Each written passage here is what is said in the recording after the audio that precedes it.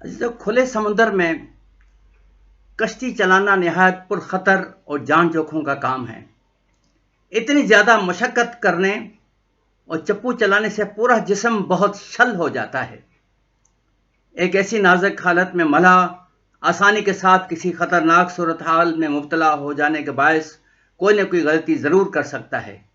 اسی لیے ایک ملاح کے نزدیک ایک لنگر کی بہت زیادہ اہمیت ہوتی ہے، کیونکہ لنگر ڈال دینے سے اسے اپنی تھکن اتارنے، آرام کرنے اور تازہ دم ہونے کا موقع مل جاتا ہے۔ یاد رکھیں کہ لنگر کشتی کے مستک کو ہوا اور لہروں کے مخالف اٹھائے رکھتا ہے، جس سے کشتی نہ صرف ایک جگہ جم کر کھڑی رہتی ہے بلکہ ملح بھی پانی کی روانی کے ساتھ بہہ کر کسی ممکنہ خطرے کا شکار ہونے سے بخوبی بچ سکتا ہے۔ انسانی زندگی زمین دوز بارودی سرنگوں والے علاقے میں دشوار گزار سفر کی مانند ہے، جس میں اچانک کوئی زخم لگ سکتا ہے یا ممکن ہے کہ موت بھی واقع ہو جائے۔ لہذا خطرے سے باخبر رہنا ہمارے لیے زندگی اور موت کا معاملہ ہے۔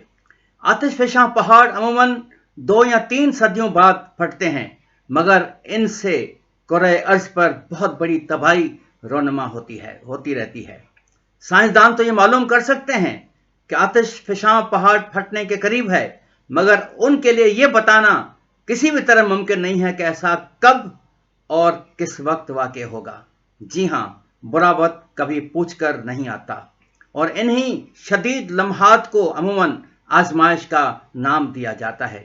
کسی نے کیا خوب کہا ہے کہ آپ پرندوں کو اپنے اوپر فضا میں اڑنے سے تو منع نہیں کر سکتے، تاہم اپنے سروں پر گھونسلہ بنانے سے ضرور روک سکتے ہیں۔ اخیر زمانے کے ان برے دنوں میں آزمائشیں اور ذہنی دباؤ روز بروز بڑھتے ہی جا رہے ہیں۔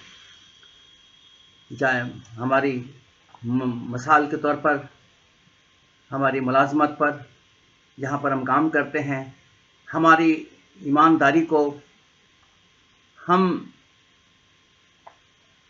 جس جگہ پر پڑھتے ہیں یا پڑھاتے ہیں، ہماری پاکیزگی کو، اور کلیسائی حلقوں میں ہمارا اٹھنا بیٹھنا اور ہماری حیثیت کو آزمایا جا سکتا ہے۔ اور اخلاقی طور پر یہ بے دین دنیا اکثر ہماری راستی کو آزماتی ہے۔ غالباً اسی لیے راست بازی کی خواہش مند اور مسیحی خدمت گزاری سے وابستہ لوگوں کے لیے یہ منفی طرز عمل نہایت تکلیف دہ اور حوصلہ شکن ہوتا ہے۔ ایسے میں ایمانداروں کو کسی محفوظ پناہ گاہ کی ضرورت ہوتی ہے، جہاں وہ دن بھر کی تھکان اتار سکیں۔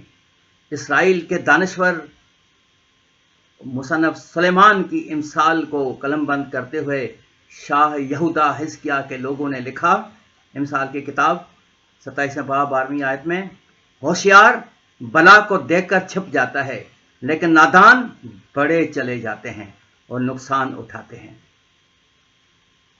سن 32 کا موسم بہار، اپریل کا مہینہ ہے۔ 2.5 سالوں کی خدمت گزاری کے باوجود مسیح یسوع نے منادی کے لیے گلیل کے تیسرے دورے کا آغاز کیا ہے۔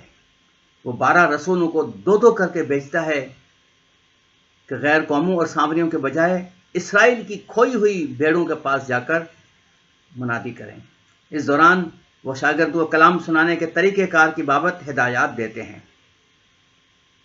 اور اس کے بعد مسیح یسوع انہیں واضح طور پر بتا دیتا ہے کہ دیکھو، میں تم کو بھیجتا ہوں گویا بھیڑوں کو بھیڑیوں کے بیچ میں، مگر آدمیوں سے خبردار رہو، وہ تم کو عدالتوں کے حوالے کریں گے اور اپنے عبادت خانوں میں تم کو کوڑے ماریں گے، اور تم میرے سبب سے حاکموں اور بادشاہوں کے سامنے حاضر کیے جاؤ گے۔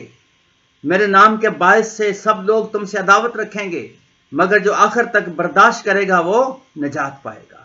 متی کی انجیل 16واں باب، اور متی کی انجیل 10واں باب، اس کی 16ویں آیت۔ اس طرح یوحنا اصطباغی کی موت کے بعد جب وہ پورے صوبے گلیل کی غیر معمولی خدمتی دورے سے واپس لوٹیں تو اپنی خدمت گزاری کے شاندار تجربات کو بیان کیا، جس کے بعد مسیح یسوع نے یہ دیکھا کہ وہ نہایت تھکے ماندے ہیں اور اب انہیں بہت سے لوگوں کے آنے جانے سے کھانا کھانے کی فرصت نہیں ملتی، تو انہیں ہمدردانہ مشورہ دیا تم آپ الگ ویران جگہ چلے جاؤ تاکہ تم تھوڑا سا آرام کر لو۔ عزیزو، اس پرآشوب دنیا میں آج کل بہتیرے لوگ اپنے کام سے فراغت پا کر چند دنوں یا ہفتوں کے لیے وطن عزیز میں یا ملک سے باہر کسی صحت افزا مقام پر سیر و سیاحت کے لیے چلے جاتے ہیں، اور کئی ایک ہفتے کے آخری ایام کو اپنے خاندان کے ساتھ گھر سے باہر تفریح کرنے کو اپنی زندگی کا لازمی حصہ بنا دیتے ہیں، کیونکہ یہ خوشگوار لمحات آئندہ کی کارگزاری کو انجام دینے کے لیے تقویت اور تازگی بخشتے ہیں۔ جی ہاں، اسی لیے ہمارے خداوند یسوع مسیح کا دستور تھا کہ وہ اپنی روزمرہ خدمت کے انجام دینے کے بعد رات کے وقت پہاڑوں پر اپنے آسمانی باپ سے دعا کرتے اور رفاقت رکھنے میں گزارتے تھے۔